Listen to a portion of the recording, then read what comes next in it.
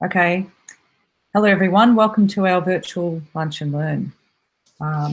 Today, we'll be hearing from Gerd Wittchen, who is a machine learning specialist at DS. And the topic he will be presenting today is, does ML mess up your Agile? Gerd will discuss how ML has been more widely adopted by organisations to solve interesting and challenging problems for us. He'll then speak about the delivery challenges faced by ML projects and address, whilst our tried and true experiences in Agile and Lean still apply, the practices may not. Following his talk, he'll answer any questions you might have, and I think we'll have a link up there for questions. So without further ado, I'll hand over to Gerd. Yeah, thank you, Leanne. I hope everyone can hear me. So hello, my name is Gerd. Yes, you are loud and clear, Gerd. Okay, thank you. So yeah, I'm trying to address the question whether or not machine learning will mess up your Agile practices, and I hope I'm going to share some of the insights we have learned for applying machine learning onto Agile project delivery with our clients. So this is a link to the Slido. If you have any questions, just post them there and upvote them, and at the end we can just go through them. So I think Leanne also mentioned the kind of the topics I want to cover. So the first one, I think we have to talk a little bit about what types of machine learnings do we know, and how do they distinguish, and give the audience a little bit of an idea of what type of problems we typically see to be fit for machine learning. The next sections will be covering the part why do we think it's so different, or what is so different about machine learning. Then I'm talking in particular about the using the Agile value propositions and trying to map the impact of adding machine learning to your software delivery to those Agile value proposition, and trying to talk about like some of the key challenges. And the last part is painting like a couple of development scenarios, which and then see how they impact the delivery. So this kind of like, it's a complicated slide, but I think the key takeaway here is that the terminology artificial intelligence is not a new phenomenon. It's more like it had a kind of a more recent hype phase, which started in 2010. But the idea of artificial intelligence is actually backdated to 1950s. And so the terminology artificial intelligence is also talking about the fact that can a machine become truly intelligent. So using AI in the way we are using it today is actually not very precise. So, but I want to make this distinction that is in the context of this talk, we are talking mainly about machine learning and deep learning programs, which are mainly statistical based methods, and in more recent times, neural net and deep learning algorithms. So, why have we seen such an explosion of interest and interest and also capability uprise in these techniques? And I think the answer, if you look at the timeline, you can see that deep learning really becomes fashionable with the rise and also the widely distributed access to compute. So like the kind of the success story of cloud computing and having access to large infrastructure is actually enabling these deep learning techniques. So which types of machine learning do we distinguish? So there are three main types. So the first one is supervised learning. Then we know unsupervised learning and reinforcement learning. So supervised learning is a technique whereby we use data where we already know what's the expected output, like the expected answer. So like in this case, we have images and we know on these images there's a cat or a dog. So we kind of know the answer to what we are looking for these images, and then we use the combination of the data and the the labels to train an algorithm, which is hopefully making the correct prediction on images it hasn't seen before. And this has some restrictions, as in that labeling the data is very expensive, and it's like time consuming, and it's also not feasible once the data set becomes in the range of petabytes and on larger data sets. So you won't be able to annotate certain data sets. It's simply not feasible. So for those type of data sets, we use unsupervised learning or self-supervised. There is different approaches, but this unsupervised learning approach is typically a good choice when you're trying to. So you have an intuitive idea that categorizing your data might be useful, like for example customer segments, but you don't know how many customer segments should I have, like 5, 10, 100, and and I think unsupervised learning techniques help finding an optimal cluster and association strategy, and that's where they've mainly been used. And the last strategy or type of machine learning program is reinforcement learning. So the special approach on reinforcement learning is in comparison to supervised and unsupervised, it doesn't use any data. So reinforcement machine learning problems, they don't need any data to learn, but they need an environment which helps them to generate their own data samples and simulate the problem they are trying to solve. And then they use the simulation and the exploration of like trying different strategies in the simulation to come to a behavior which is solving the problem. And it's called reinforcement because the idea is if I find a strategy or a particular action in a system, I can make that more likely. So if I have a winning strategy, I'm going to make this winning strategy more likely. And so that's kind of self-reinforcing a learning strategy. So what are some practical machine learning applications? I think from an organizational perspective or from large organizations, they mainly have large data sets on structured data, which they may use through, like banks, for example, they use that to predict credit default risk. We might think about like load management, automatically load management between network switches or maybe server infrastructure. We're trying to reduce predicting which customers are most likely churning. So, or some companies, they're applying it to IoT devices, trying to predict maintenance cycles.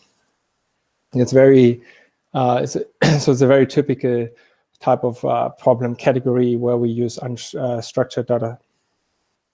So I think the most prominent, and I think the one where everyone has at least one example in mind is machine learning for classification on computer vision problems.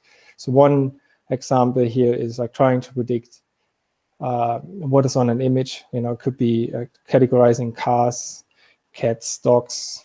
We know there are image classification or like image detection mechanism used on CCTV, trying to identify people. Here's the one example, which is I think it's a more novel approach. It's not yet in action being used, but I think it's the idea of supporting medical professionals in becoming better at spotting anomalies on medical imagery. And one very common use case is object character recognition, which helps us to identify text on images, for example.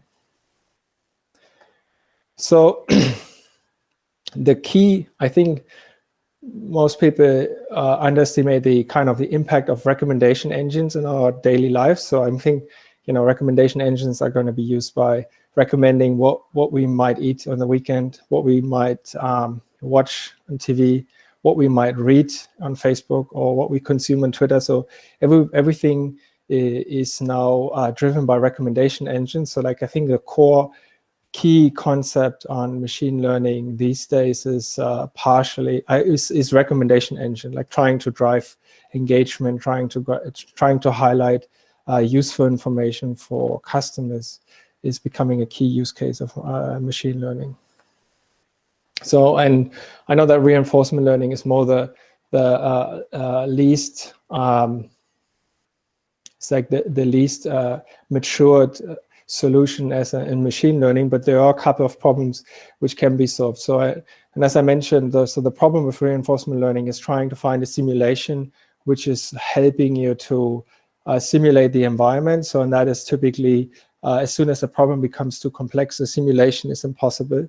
So in this case, Google had been building like a reinforcement learning solution, which is trying to preemptively migrate load of compute onto different cluster nodes, and that has been done on purpose to reduce the energy consumption of a CPU, so then they can reduce the cooling, and that, and in fact, that's reducing the energy consumption of their data centers. So, whilst the overall cost on energy is only 5% on the total cost of the entire data center, but a 30% reduction by introducing an artificial, or I call it artificial intelligence, but it's a reinforcement learning algorithm, is actually quite remarkable. And I think that's where we see a lot of benefits of applying machine learning onto problems to push the margin in an area where we have seen a saturation otherwise. So, as I mentioned, that the machine learning, or the rise of machine learning, or kind of the reboot of the concept and bringing it to the forefront, has mainly driven by having access to large infrastructure and compute, and also to an ever-increasing number of data points we're producing every day. So, and this helped machine learning, or at least in the second cycle of machine learning, to mature pretty quickly through the cycle from innovation, bespoke, up to products and services. So machine learning, whilst there's a lot of research happening and there are a lot of like novel ideas on how do we apply machine learning, we already have reached a quite mature service infrastructure in applying machine learning and all sorts of problems. And I think, everyone agrees, like the, output of Google search or some of the chatbot capabilities is actually quite remarkable, and it's been widely used. So now that we kind of understand, what is machine learning, some application points.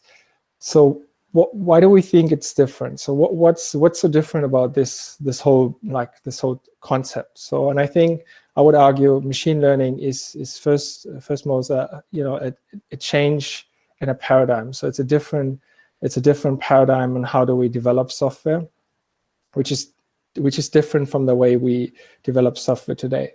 And machine learning requires building what we call machine learning mindsets, and that starts with being able to be comfortable with the uncertainty in the outcome. So there is an inherent uncertainty aspect in machine learning programs, which we have to get comfortable. And I know that uncertainty in these times is the least thing we want to deal with, because we just had a lot of uncertainty in the last 3 months.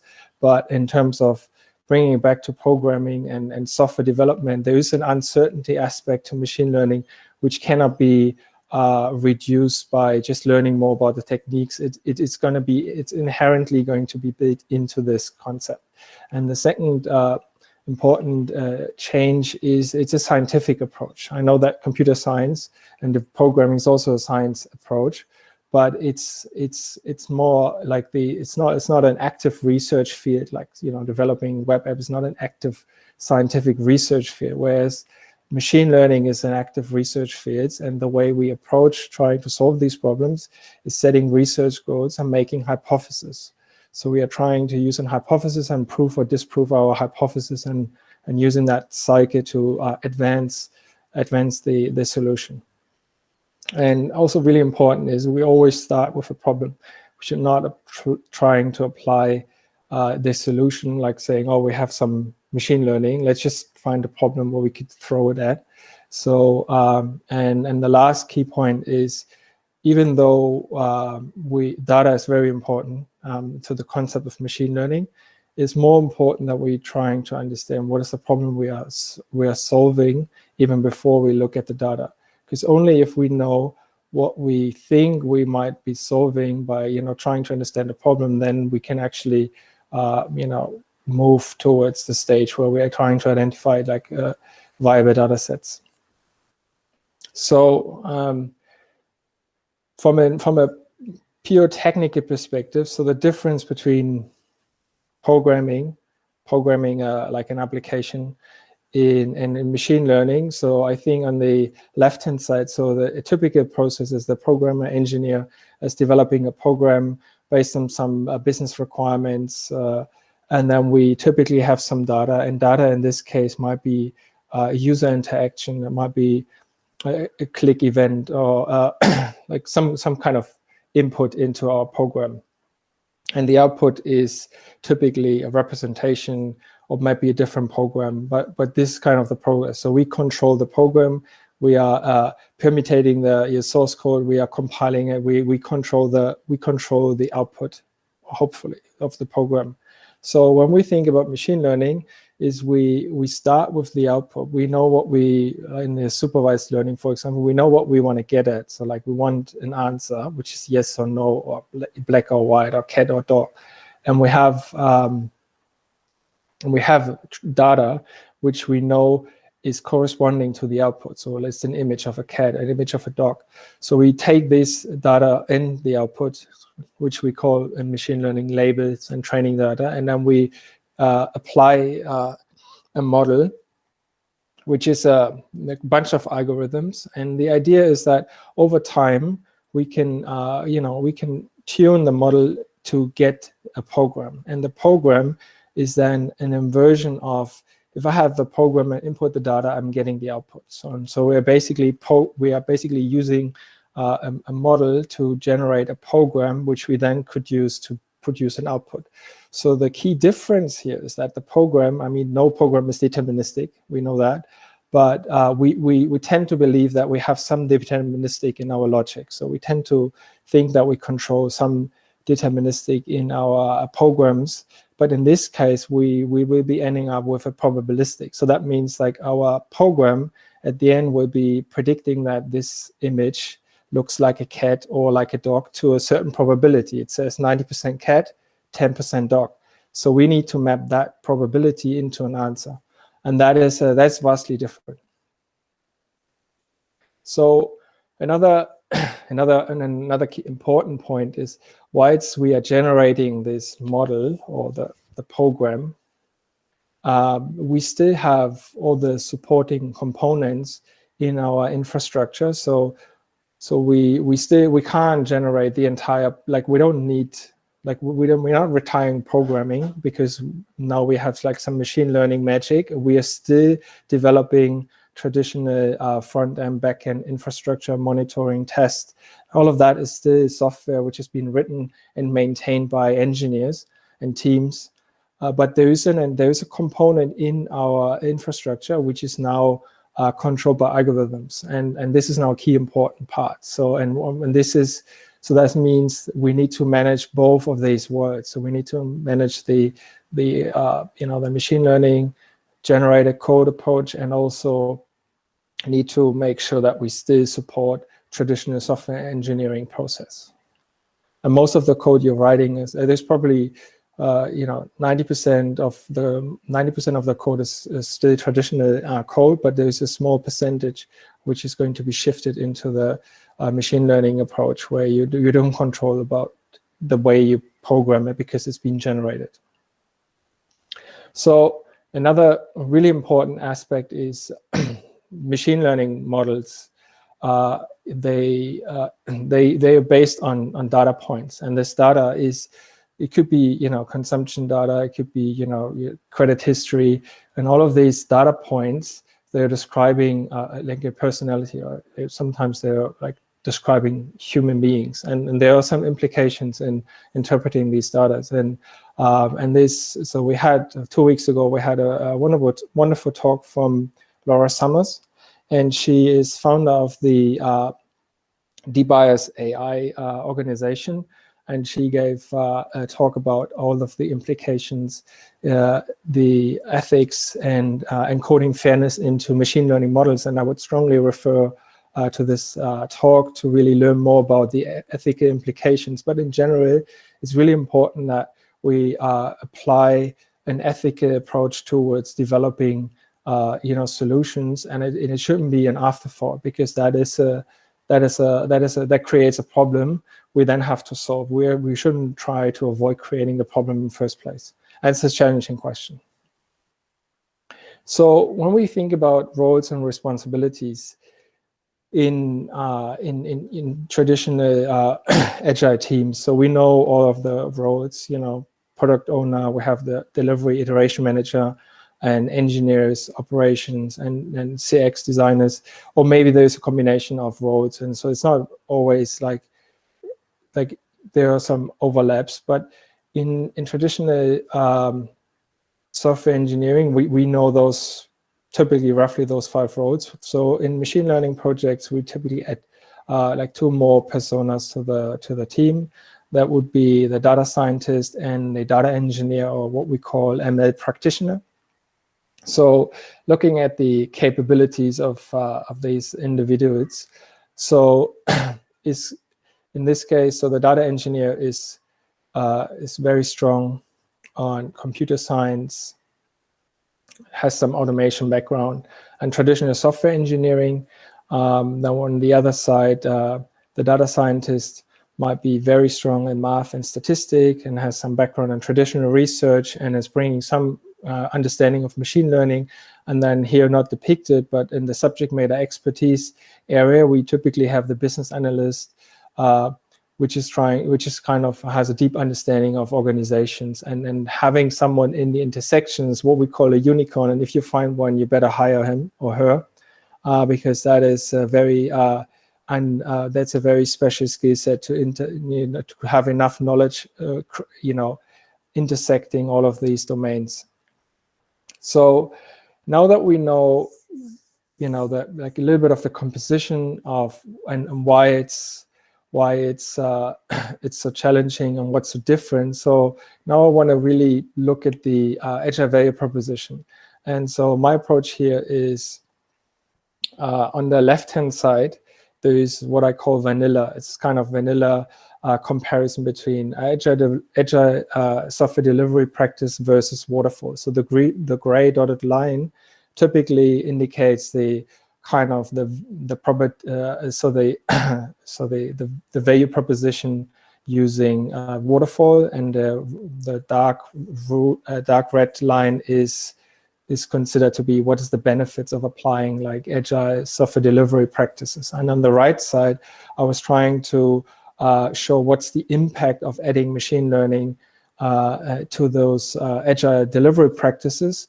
And then I'm talking, and so I'm usually only talking to the impacts, but the graph is actually showing these 3 different types.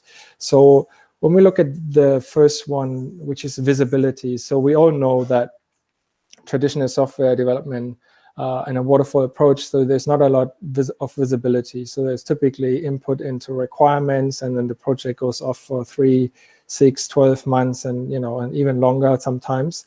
And then in the end, when they submerge and they realize, okay, it's not what they wanted. So we know how to fix it is by introducing a more lean approach, introducing an agile delivery practice, having sprint iterations of 2 weeks, coming back, doing showcases to the project owner, seeking strong engagement with the client, trying to get a constant feedback.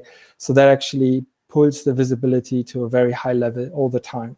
So when we look at the machine learning, adding machine learning to these projects, so what do we expect? So the first thing is there is a rapid change of scope and requirements, which is normal in agile delivery practices. But I think that there is an aspect to that. The change is sometimes driven by the data. So we have an hypothesis and we're looking at the data we have, but then suddenly realize there's something missing, data is not good enough. So we have there's something not decided by someone making a change or like a budget. It's kind of, it's driven by the thing we are trying to understand.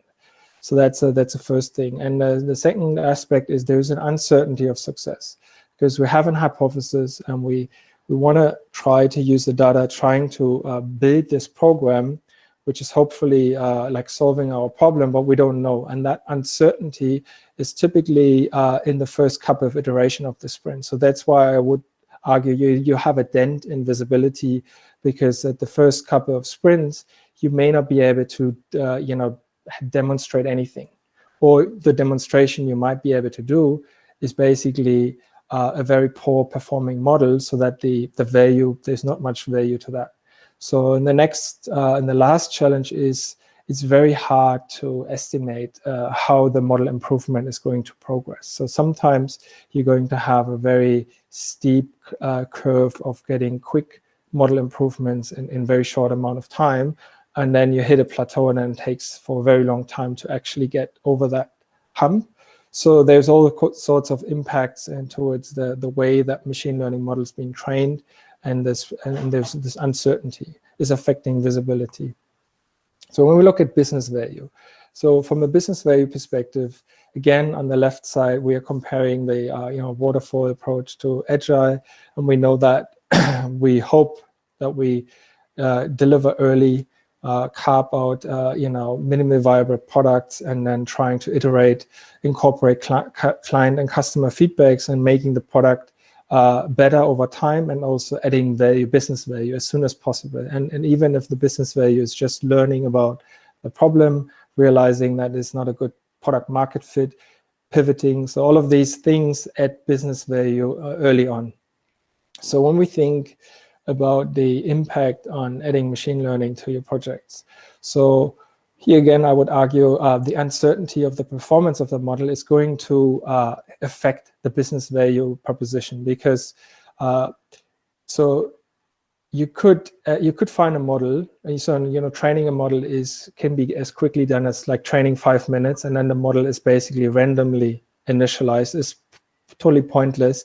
You could have built an entire application, but the model, like kind of the core component, doesn't work. So then there's no value for the customer. So there's no way of releasing this feature early until you reach a critical point where your model performs better than, or at least good enough to be consumed by the customer. Whereas if you have built an application and let's say you're building a to-do list, and so you kind of have the first feature, and there's some advanced features you don't have ready, but maybe it adds value to the customer to release the to-do list, so that at least they can add some tasks, and I may not be able to, invite teams, or maybe there's some advanced features are not available.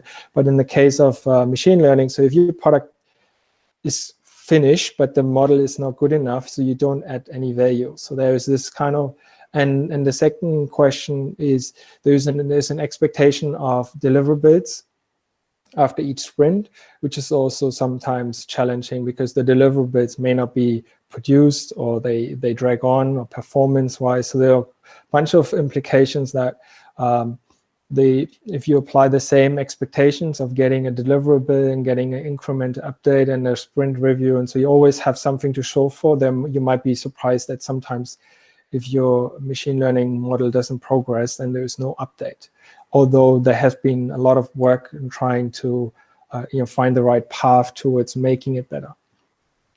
So when we think about the risk profile, again, on the left side, traditional software engineering compared, in this case, waterfall compared to Agile. So we know that long-running projects, not enough visibility, there's a high risk profile. You end up with a product which doesn't fit the market, it's not right, so you miss something, change requests, all of these problems. So we know how to deal with them, as having these rapid iterations, constant validation help us to keep a low risk profile.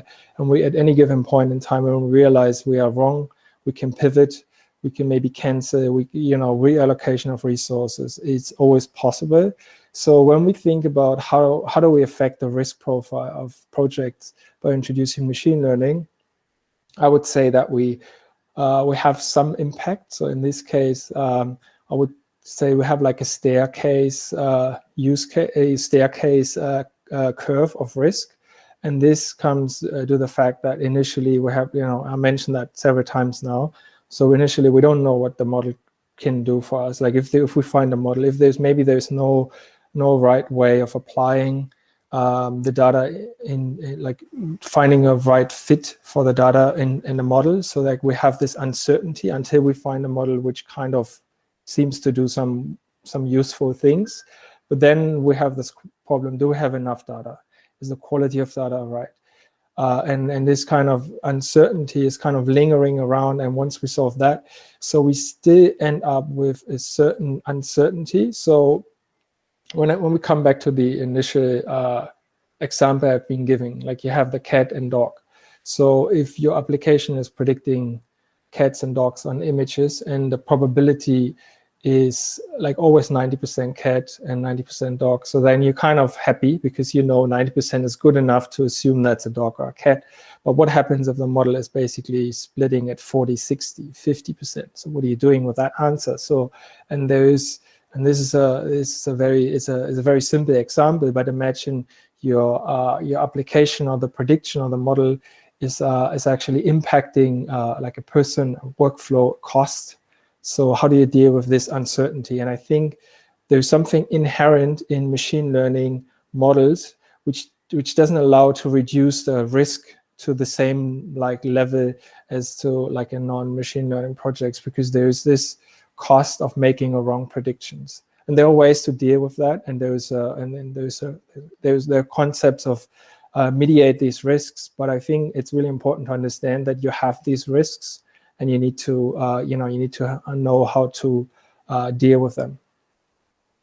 And the last one is adaptability. And and here both graphs are the same, because I don't think there's an impact.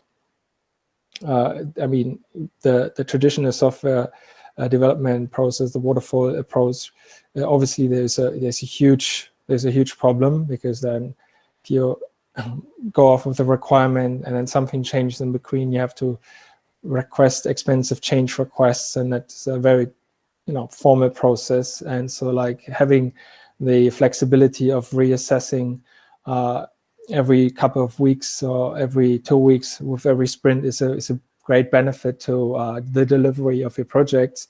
And I think that machine learning actually lives and breathes with the inherent dependent on the ability to change. So it actually reinforces the lean and agile approach. So there's actually no impact expected. It actually benefits from having this rapid prototyping environment. So now I want to make it really more concrete and talk about like an example of a machine learning product or solution. In this case, let's focus on a concept of sentiment analysis. So let's imagine you have a hypothesis as an organization, as a business. You have a hypothesis, and you say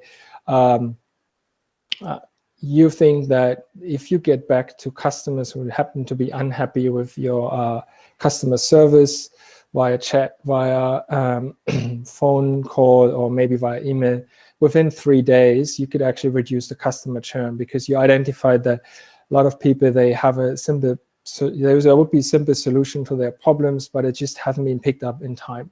So the hypothesis, if you're trying to pick up on these problematic conversations early on, you can then call back the customer and then solve the problem, and it would actually increase overall satisfaction of your customer base.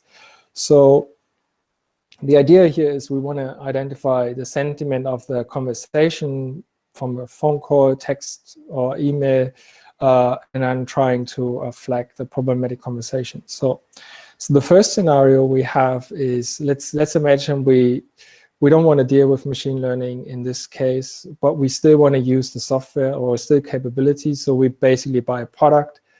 Could be Amazon, Google, or maybe some other off-the-shelf products. And so how does that actually change the way we develop software? In this case, we have an API integration. There will be documentation. So there's no expected impact on the software delivery because we know how to integrate an API. So, and we also, I also know how to control our development and operations cycle, and we have learned that putting everything in code helps us to be reproducible with the outputs. So use Git as a source control means to synchronize between the development operations cycle, and we know that DevOps, the rise of DevOps solved our problems from how transitioning from development into production environments.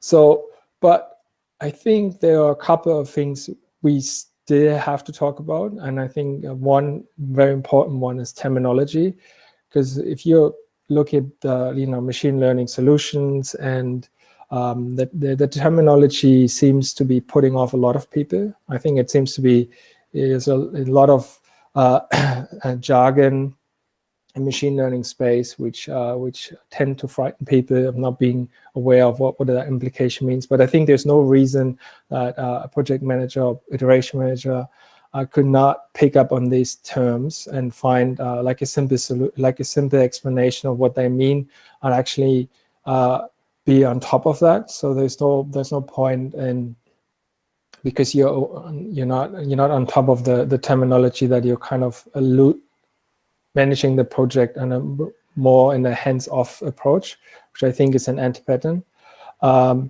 The uncertainty of success, we've discussed the impact of that several times, but even though you're using an API, so the API in itself is maybe another vendor or a provider, and that is as a machine learning solution. So you still have the problem of what happens if the model or the API you're consuming is not fit for the data you're sending it. You still have to manage that. You still need to be aware of the fact. And the next thing is, when we think about our sentiment analysis, let's say your hypothesis was you want to go back to the client within 3 days. Now you realize that the transcribed, the phone conversations, you're only getting after 5 days. So that is actually a gap. So you want to identify the gap in access and quality of data to make sure you can actually solve the problem in the way you had envisioned. And another really important point is, even though you're not building your own machine learning solution, it would be a good hygiene, I think, to build a metric and an hypothesis into your delivery process to really improve on that metrics, and also make sure you're measuring and you're making progress towards your goal. When we look at the development part, I mentioned the access on data and the timing. So the processing time is also important.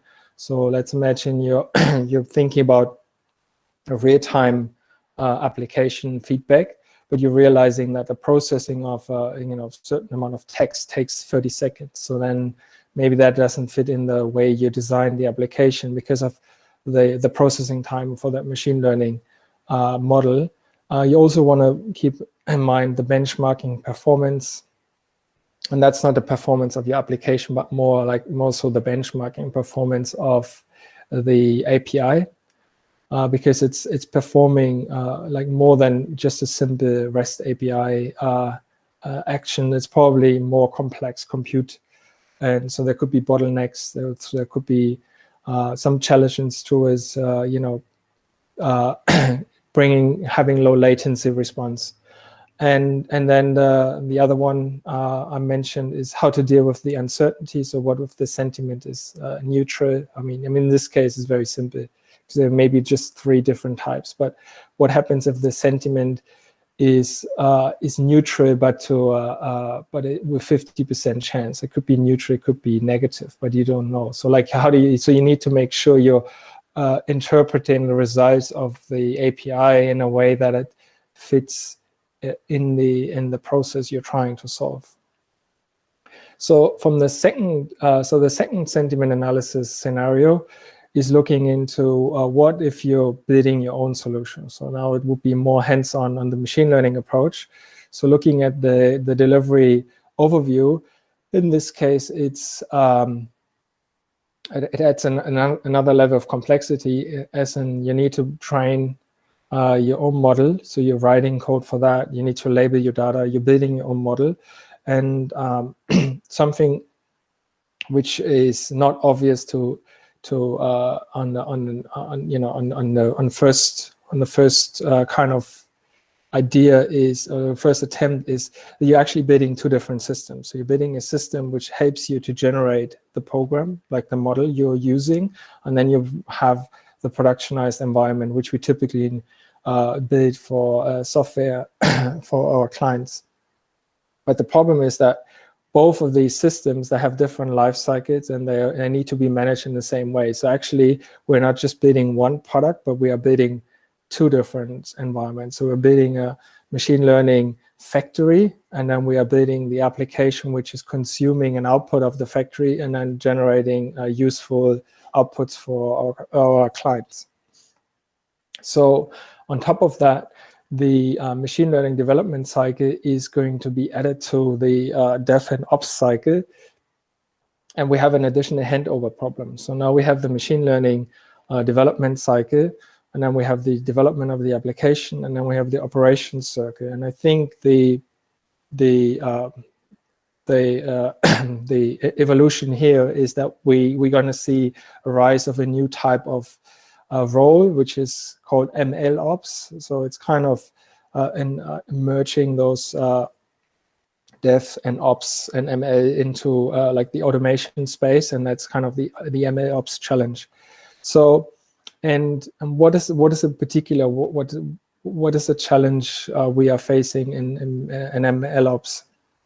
So looking back at the two systems you're building for your custom machine learning model. So there's on the left-hand side, we have the data engineer, data scientist working and building these models. And on the right-hand side, you have the ML engineers and the engineers and the entire team to support the business process. But we see the gap in between, and the gap is kind of the handover between those two environments. And I think we have seen this gap before in the DevOps space. So we had like silos, like over the fence approach, like we have not a good strategy. So there is not a good strategy at the moment how to transition from the training and development of models into the productionization approach. And I think I'm going first over the, maybe I'm doing it the other way around this time. So if you think about the development challenges, so one of the key challenges is kind of like knowledge sharing of information about these, very scientific approaches and very technical and mathematical models. So there's a good practice would be pairing data science with data engineers. It's really important to get something working end to end right away. It's not just from the deployment perspective of developing our app, but it's also from building a model, feeding in the data, spinning up training process, and then writing the output in a way that we can consume them from the development perspective. It's really important that we get that right from the go-get.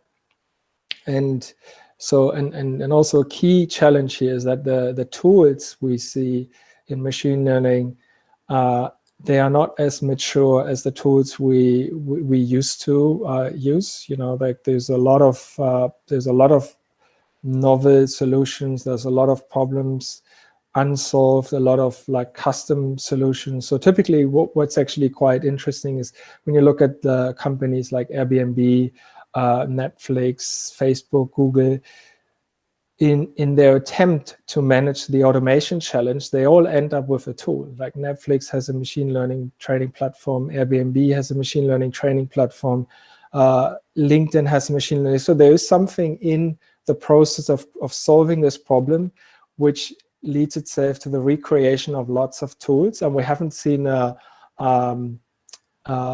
a maturation phase of those tools. They're all beta, alpha, or semi-stable, or they kind of need a lot of custom scripting. So that's a key challenge. So that needs to be considered by project delivery. In particular, in the second scenario, that this is going to be a substantial challenge for solving the problem. Testing needs to be first-class citizen. I guess that's very obvious.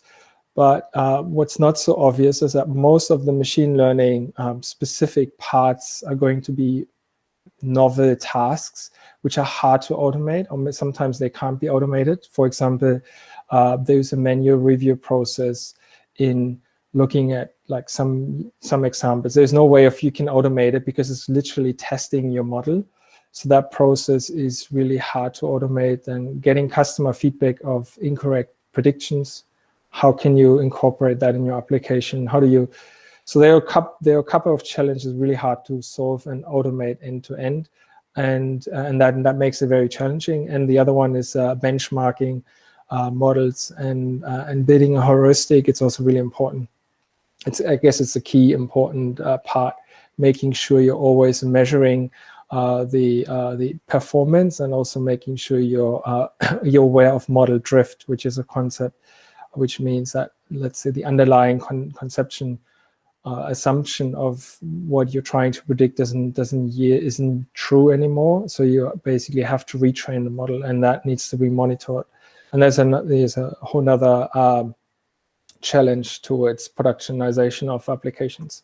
So jumping back to the project delivery perspective, I think on top of the prior discussed challenges about the terminology and we have a people challenge. So people challenge means we are adding additional resources to the projects, and in particular the data scientists. And I don't want to beat on that personality here, but they may have a different way of working before, or they haven't been used to being closely integrated into an agile delivery team. So they may not be aware of the concept of sprints. So maybe they have like a different approach to test automation. Maybe they are more on the manual side. So maybe they're not as confident in automation tools in general, or software delivery practices. They are not that strong on that side. So the most challenging problem probably will be time management. Usually they are very sparse resources spread out between different projects. So they're probably going to be like a bottleneck is in like having access to the resource and getting the feedback you need to progress over your sprint cycles. Next one, estimation. Estimations are never easy, but in particular, if you're asking like an analytic person to estimate an uncertain use case for machine learning model, it's never going to be like an answer, a number. There's always going to be like, oh, we don't know, maybe. It's very hard. So there needs to be some way of estimating these problems, and also the progress about these problems, which is very inherently challenging. And I think one way of solving these problems would be having a number of spikes, time box spikes, which help you to reduce uncertainty to a point that you are confident enough to basically give some estimates. Budgeting and computational resource. We've pushed a margin in traditional software engineering using serverless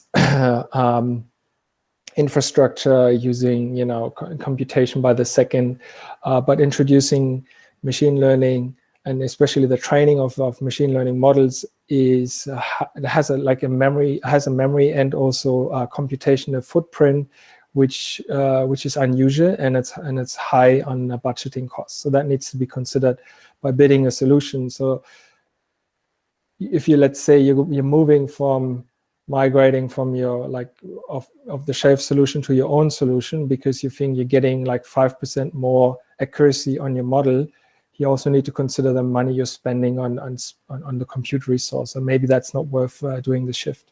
So that's the last challenge, which is on the project delivery side and also planning side, is typically access to data and categorizing and the cleaning of data is really important for organization. They want to shift to a data-driven organization and want to apply machine learning. And what sometimes tend to happen is that the first project is going to take the hit in, oh, we don't have a data lake. Oh, sorry, we don't have that. So now you're either have a scope creep, or your project is basically, canceled because you don't have access to data. It doesn't work.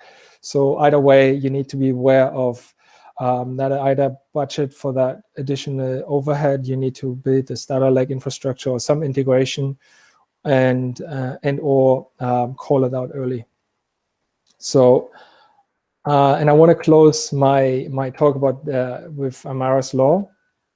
I think it really summarizes really well the current state of machine learning. So either people tend to overestimate the effort of technology in the short run and underestimate the effect of it in the long run. And I think that's true for machine learning.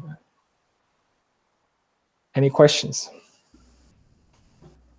Thanks very much, Gerd. We've got a couple of questions that come through in Slido. So the first one is, what metrics can help with tracking progress on an ML project? I think, there are a couple of metrics which are, which you typically want to apply in general to like project progress. But when you're looking in particular progress in the area of the machine learning model, you want to track accuracy, model accuracy, and there may be some other metrics which measure the number of correct predictions. So that's basically, there's something called the correlation matrix, which shows you how many true, false, positives you have. So it's a very technical term, but these are numbers which help you to describe what you're trying to aim for. And what I mean by that is, like, sometimes it is not important how accurate the model is. It's important that it doesn't make a certain type of mistake. So you never want to have a false, so you want to have false positive. Let's say you're building an application and you're doing some internal review process. Every false positive is triggering a person to look at the problem.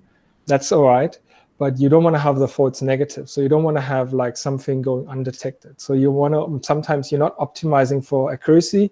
Sometimes you're optimizing for minimizing the impact of not detecting something. So in this, it's very specific to the problem you're trying to solve. So there's no one answer for that. Awesome, thank you. Next question. You mentioned terminology is important. Do you have an example of how you might reframe a problem statement / question to be more ML friendly? So what I mean by terminology is that if you're a project delivery or project manager, and so you should know what basically accuracy means in the context, or you should be reading up on the concepts on like what is a false positive, what is a false negative, and what is a precision and recall. So they are very technical terms, but there are explanations which help you understand what you're trying to avoid or what you're trying to optimize for. I think it is well worth your time trying to get the terminology right.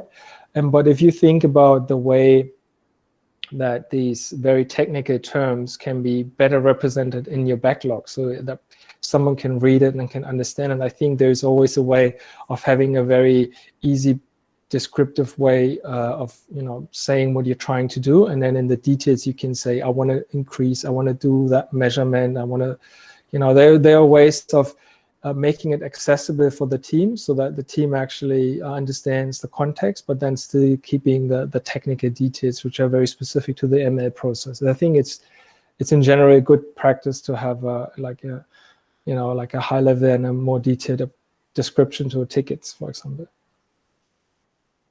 Thank you. Next question. What type of MLOps tooling do you think works best? That's a good one. There's no answer for that, but there are a couple of so there seems to be a movement towards utilizing Kubernetes. So the Kubernetes is a Docker orchestration tool, and it seems to be a winning contestant is like having a Kubernetes cluster and then trying to have like lots of small tools on a Kubernetes cluster. There are also like Microsoft is pushing really hard for integrating Azure using Git functions, which is kind of a Git internal CI/CD tool trying to solve the problems. But I think there's no tool which solves all the problems, because it's such a range of problems you have to solve, and it really depends also on the problem you're trying to solve from the machine learning perspective. You know, what type of data you have, structured data, image data. So it really depends on the use case, which it makes it. This is why it's such a challenge. Excellent. We've got 1 minute to go and one more question. So does ML actually mess up your Agile? What's the verdict? I think it shouldn't. The answer is it shouldn't. It should not mess up your Agile. I think there are ways of dealing with the impact, and I think they are.